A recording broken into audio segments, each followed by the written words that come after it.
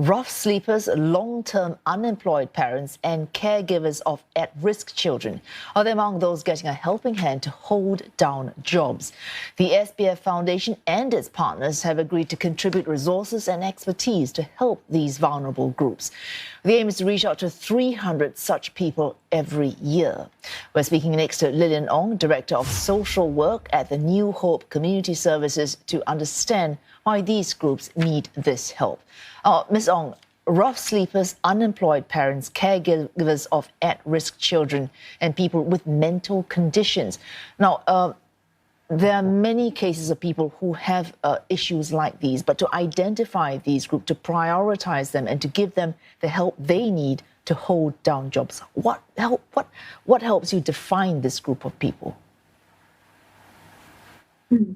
I think some of them actually requires, there are actually certain barriers that they actually face, especially these vulnerable individuals, including like caregiving responsibility, the lack of confidence, the need for upskilling, managing the expectations of the job market, and unstable accommodations. And that actually makes it very challenging for them to kind of hold down a job at times. Yeah.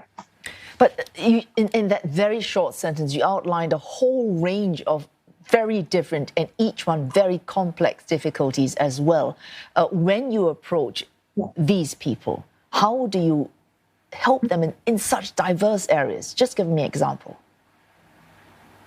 Yeah, I think it's definitely not easy because we really need to kind of like engage them and help them to kind of like gain trust with us, that we are really there to support them and come alongside with them.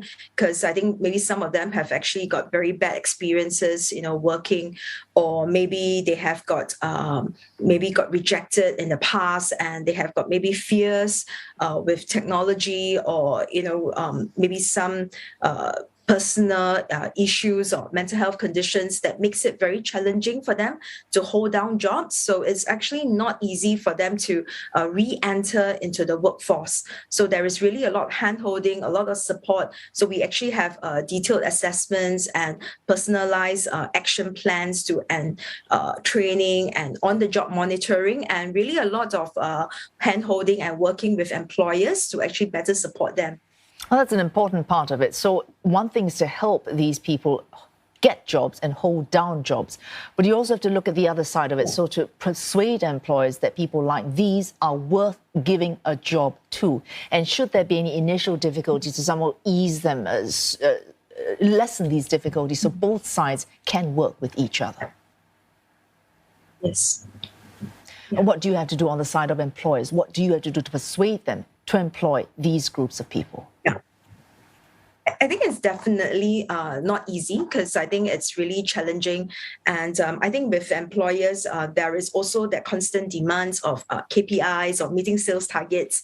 And I think what is really important to support the vulnerable in the workplaces, I think it really requires an entire ecosystem within the organization. So it's actually, from all the way from the managers to supervisors to team leaders and to colleagues.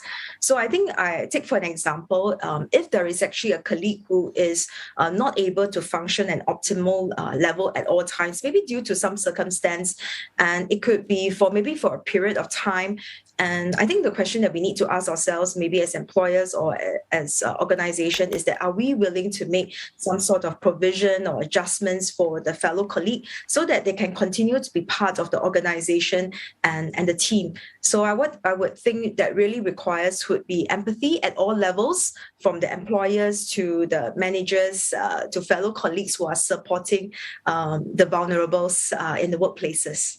And thanks for these insights. Lillian Ong, Director of Social Work at the New Hope Community Services.